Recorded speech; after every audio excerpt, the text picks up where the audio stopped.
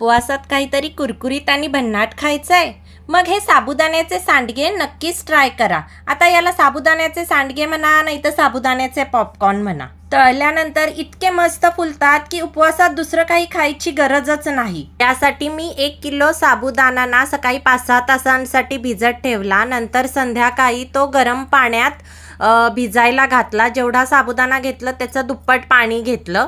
गरम पाण्यात भिजलेला साबुदाणा एका पाटीत काढून घेतला. त्याच्यामध्ये नंतर अर्धा किलो उकडलेले बटाटे टाकले. त्याच्यानंतर त्याच्यामध्ये आवडीनुसार चिली फ्लेक्स टाकले, रेड चिली फ्लेक्स. त्याच्यानंतर मीठ टाकलं चवीनुसार आणि थोडी हिरवी मिरची सुद्धा वाटून टाकली. इथे आता तुम्ही ना बटाटा किसून घ्या, म्हणजे सांडगे पाडायला सोपे पडतात. मी सगळं एकत्र करून घेतलं आणि नंतर हे सांडगे पाडायला सुरुवात केली.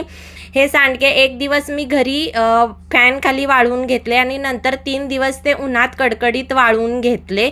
असे हे छान कडकडीत सांडगे वाळून झालेले आहेत. आता हे मी तुम्हाला तळून दाखवते की किती छान फुलतात ते.